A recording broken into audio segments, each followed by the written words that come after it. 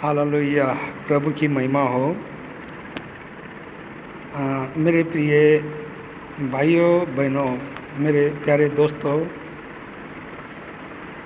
हम इस पूरे देश के लॉकडाउन के बीच में हम अपने अपने घरों में रहकर कुछ न कुछ करते हैं। कोई बिजनेस कर रहा है, कोई कुछ कर रहा है, कोई कुछ कर रहा है, लेकिन हम प्रभु के लोग हैं और ये दिन निकट है, अंत निकट है।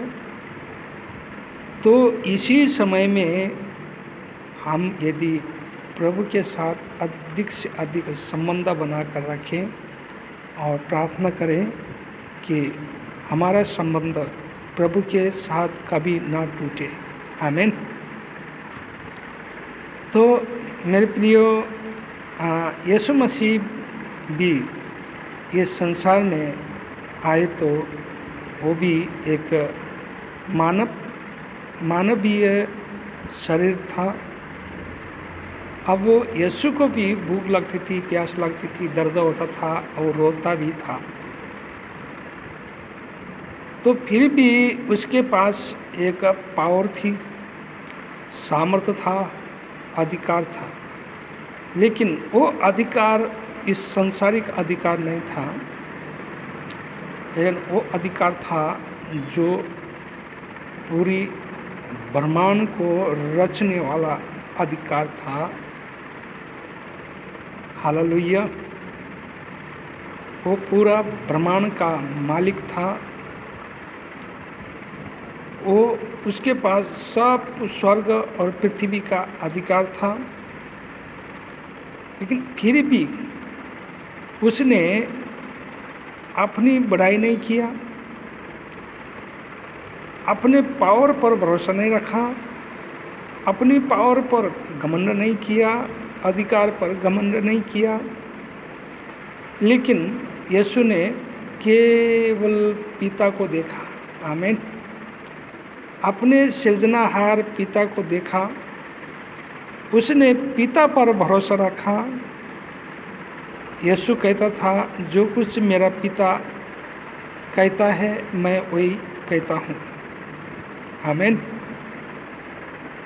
तो यहाँ पर हम देखते हैं कि यीशु मसीह एक ईश्वरीय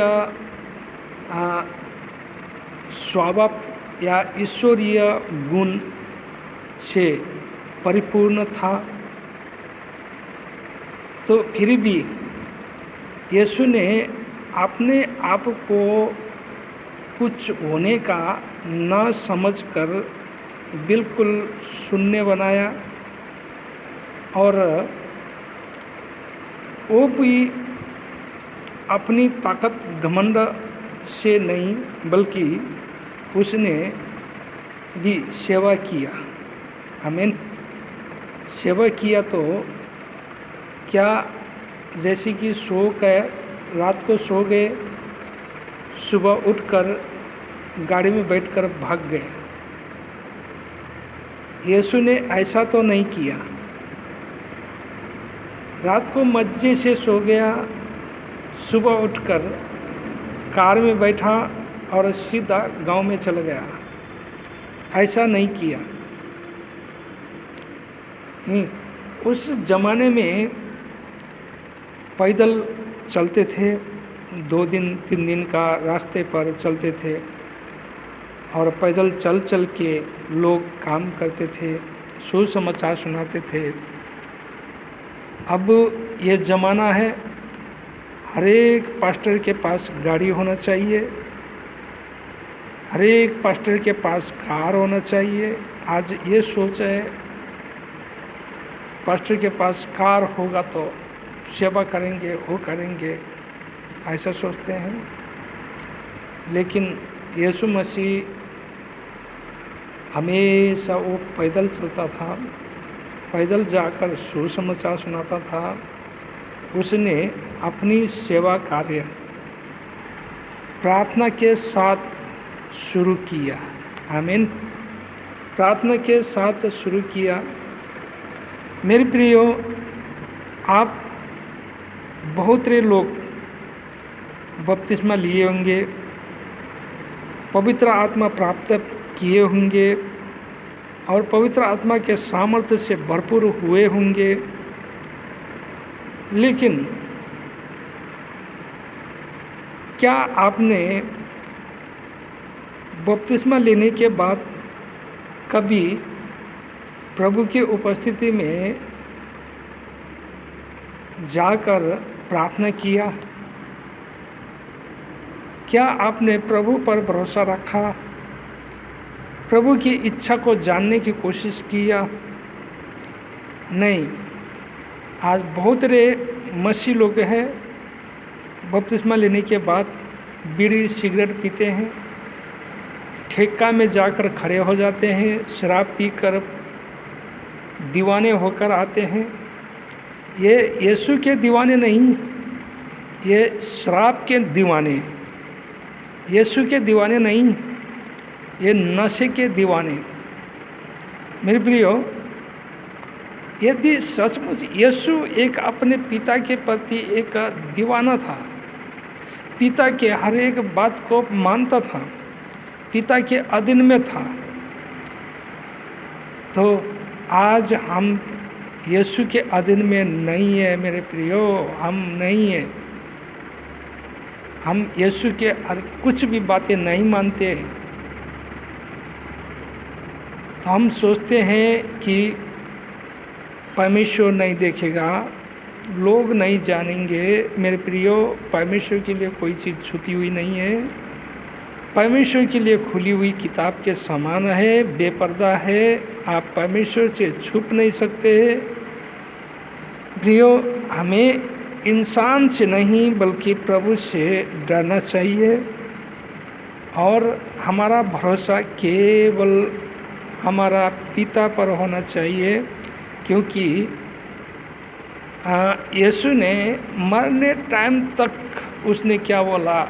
हे पिता, मैं अपनी आत्मा तेरे हाथों में सौंपता हूँ। आमीन। अब वो हमेशा पिता के अधीन में रहकर उसने प्रभु की सेवा की। यहाँ पर हम पढ़ते हैं तो क्या बताता है? फिर वे गतसमने नाम एक जगह में आया और उसने अपने चेलों से कहा, यहाँ बैठे रहो जब तक मैं प्रार्थना करूं। और वहाँ पतरस और याकूब और यूहन्ना को अपने साथ ले गया और बहुत ही अधीर और व्याकुल होने लगा और उनसे कहा, मेरा मन व्याकुल उदास है यहाँ तक कि मैं मरने पर हूँ। तुम यहाँ ठहरो और जागते रहो। मेरे प्रियो, तो यहाँ पर यीशु एक उम्मीद रखता है। किससे? हमसे उम्मीद रखता है। और वह थोड़ा आगे बढ़ा और भूमि पर गिरकर प्रार्थना करने लगा कि यदि हो सके तो यह घड़ी मुझ पर से टल जाए। और कहा, हे अब्बा, हे पिता, तुझसे सब कुछ हो सकता है। इस कटोरे को मेरे पास से हटा ले, तो भी जैसा मैं चाहता हूँ वैसा नहीं, पर जो तू चाहता है वही हो। आमीन। हालेलुया। प्रभु की महिमा हो। यहाँ पर यीशु भी हमसे एक उम्मीद चाहता है। अपने चेलों को कहा, तुम मेरे साथ प्रार्थना करो और जागते रहो। हम मत्ती रचित सुसमाचार 24 अध्याय में हम पढ़ते हैं तो वहाँ पर क्या लिखा है कि प्रार्थना करते रहो और जागते रहो कि तुम परीक्षा में न पड़ो। प्रार्थना एक ऐसी यह है कि असंभव को संभव करता है। प्रार्थना के बिना हम आगे कुछ भी नहीं कर सकते हैं।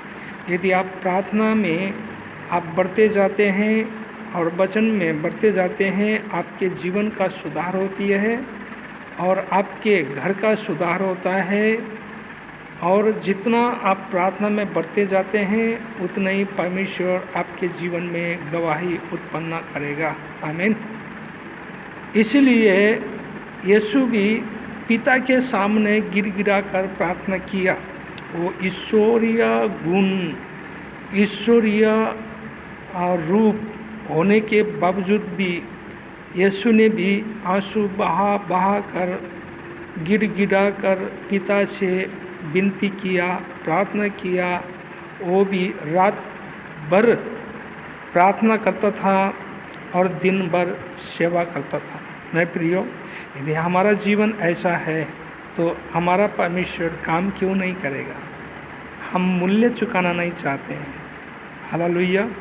हम मूल्य चुकाना नहीं चाहते हैं, हम आराम करना चाहते हैं। हम बहुत थक जाते हैं, नहीं, हमारा शरीर नहीं मानता है, हमारा मन नहीं मानता है, हम प्रार्थना करने का मन ही नहीं है, हम वचन पढ़ने का मन ही नहीं है, क्योंकि हमें आराम चाहिए, ऐसा आराम चाहिए। हम अपने अभिलाषा को पूरा करने के लिए कोशिश करते हैं, तो फिर प्रभु कहाँ से काम करेगा?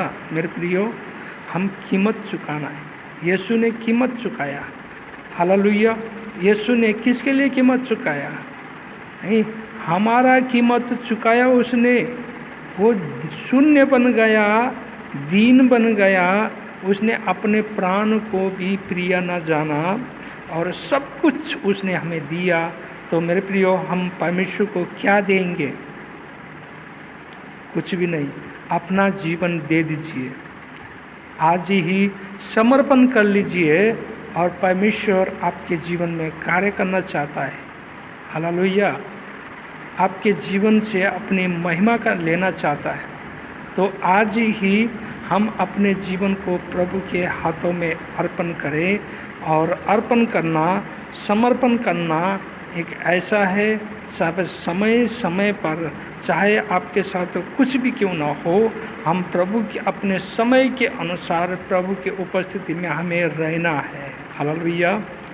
निकालना है, चाहे किसी भी प्रकार की रुकावट क्यों ना हो, हमारे साथ बाधाएं क्यों ना हो, उस स्थिति में भी हम प्रभु की उपस्थिति में रहना है। चाहे आपके पास बहुत बड़ा काम हो, छोड़ दीजिए, क्योंकि आप प्रधानमंत्री के पास जाने के लिए आपके हजारों काम छोड़कर चले जाओगे आप प्रधानमंत्री को मिलने के लिए, लेकिन हम प्रभु से मिलने के लिए आपका काम प्यारा है, इंसान प्यारा है, आपका पैसा प्यारा है।